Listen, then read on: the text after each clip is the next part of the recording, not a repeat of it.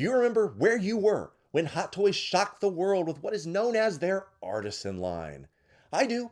I remember waiting anxiously to see just how to obtain these new works of art and to learn a little bit more about just what they were exactly. Well, that was back on August 11th of last year. And as of today, September 2024, well, we actually have a lot more questions than we actually have figures released, but that of course is to be expected. These are finely tuned works of art and you can't rush perfection, as all the real collectors always tell me.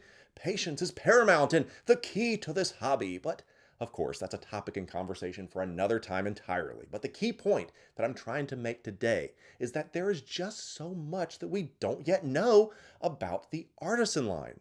Still, what exactly is it? What is it not? And can Hot Toys actually deliver on this higher tier level of figures? Well, that is what we're going to try to figure out.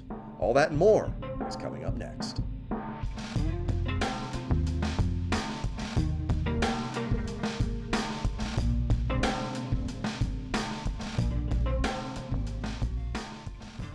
Well, what's up everyone, and welcome back to the channel where we're going to attempt a deep dive into the world of Hot Toys Artisan figures. That's right, today we're taking a closer look at something that is truly special, but something that is truly still kind of wrapped up in a mystery. As I said at the open, Hot Toys initially announced their Artisan line all the way back in August of 2023, and it truly took the collecting world by storm. So much so that popular online forums and mainstream media picked up on the story, such as Pop Insider, to break it all down and share their thoughts, and we're going to use a little bit of their reporting to kick off this conversation.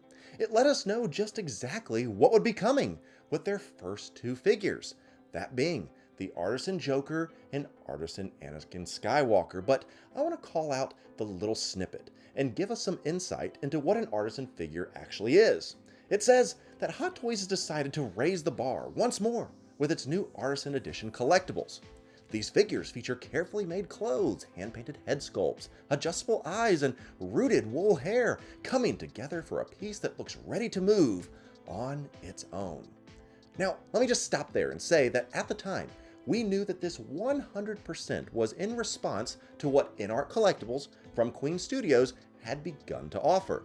They were making it the norm that the definition of high-end figure was now going to be rooted hair and moving eyes as a minimum. And for as much crap as I talk about InArt, I truly believe we wouldn't be having this video today talking about Artisan figures without them initially kicking off that conversation and raising the bar for high-end toy companies. Has InArt lived up to their end of the bargain, and will they be able to continue to put out high-end figures of their own? Well, I have plenty of thoughts and views on that as well as many other videos about that on my channel, so feel free, check them out if you want.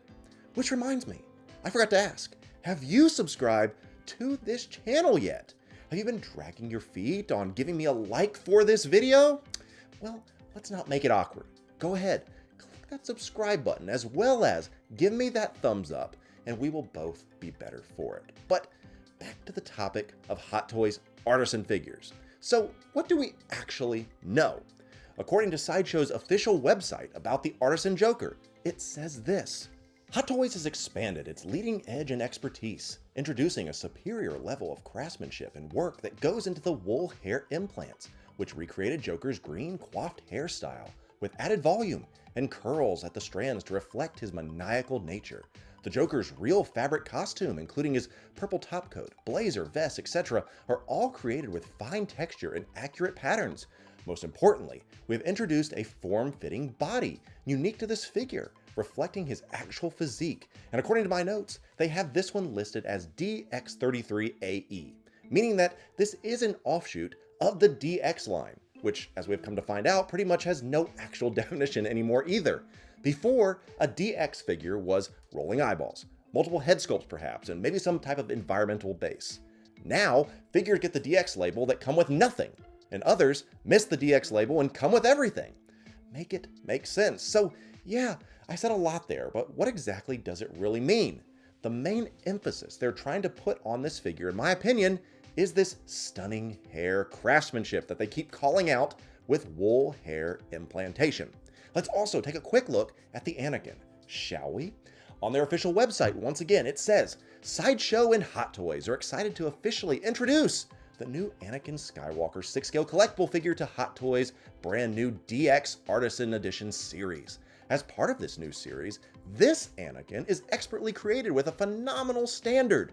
Foremost, Hot Toys Choice has expanded its leading-edge expertise, introducing a superior level of craftsmanship, work going into the wool hair implants that meticulously recreates the feel and aesthetics of Anakin's hairstyle from the movie. This new masterpiece also features a new head sculpt with a magnificent likeness and separate rolling eyeballs. Notice here where it calls out the artist. There is one for the head sculpt as well as the paint, which is standard on all Hot Toys releases. But now there is a hair artist, as you can see. Okay, so apparently we are getting some sweet hair, bases, and moving eyes. But what about this figure? It has the hair, it has the base, and the moving eyes. Is this not an Artisan figure? If you're comparing this with Anakin, this new Beetlejuice figure is hands down the better figure and bang for your buck. So why is Anakin, who comes with less, $100 or so more? Well, that is of course a great question that you bring up, and I'm going to try to answer it to the best of my ability. And the answer is found in the term of an Artisan feature, wool hair implantation. Okay, so what is it? If you're into 1/6 scale figures, you've likely come across terms rooted hair and wool hair before. But what does that exactly mean?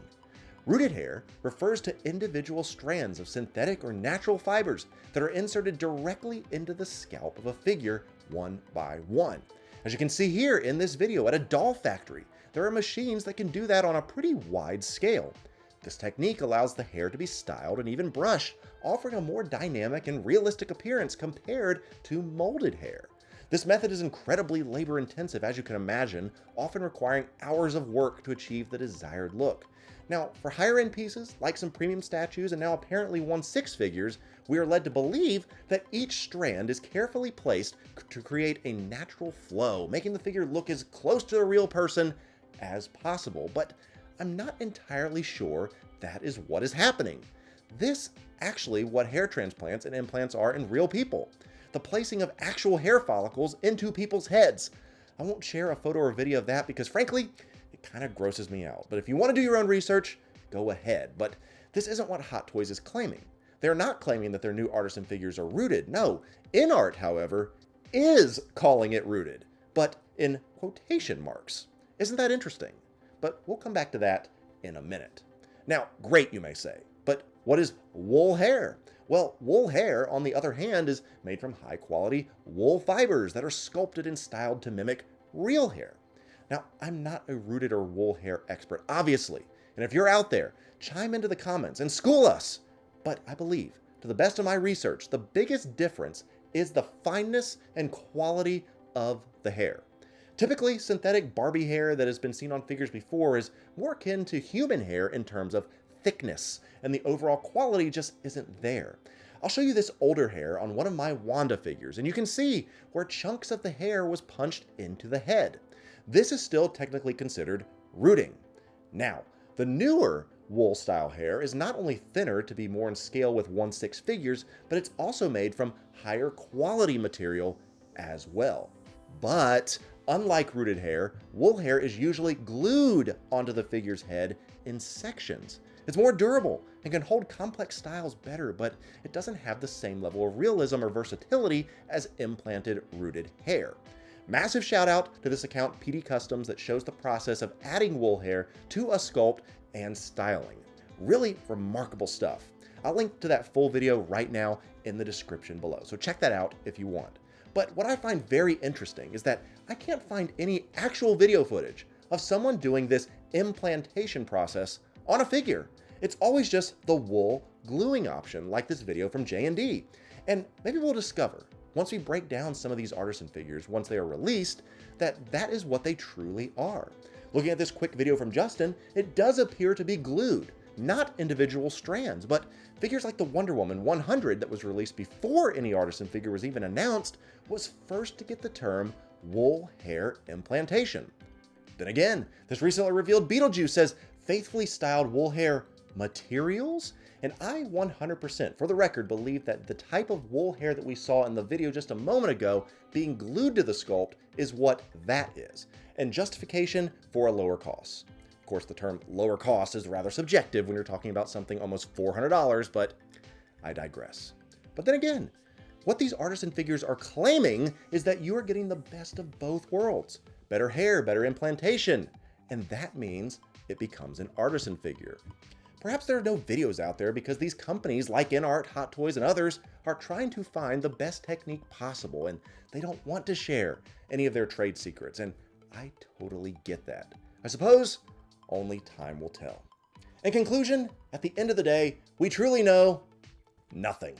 I've done my best to research and inform you, but I think we need to accept the fact that there will continually be a blurring of the lines on just what is and what is not an artisan figure, and a misuse of terms and techniques.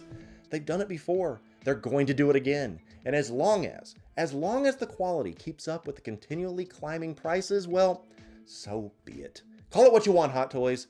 We'll just sit down and take it like good, impressionable fanboys, won't we? I know that I'm not the authority on this matter. As I said, I know for a fact there are some experts out there in this field, and if that is you, and what I said is completely fabricated and not anywhere close to what is the actual truth, please let me know, and I will graciously give you the coveted pinned comment so that we all can learn a thing or two. Sound like a deal? Well, that's going to do it for us here today, but I do want to give you an opportunity to interact. What is an artisan figure that you yourself would love to see made? What character is the perfect contender, you think? What old figure would you like to see get that nice upgraded treatment? Let me know down in the comments below. As always, if you haven't subscribed yet to this channel and my other socials, then please do so. But until next time, happy collecting, and I'll be seeing you in our next video.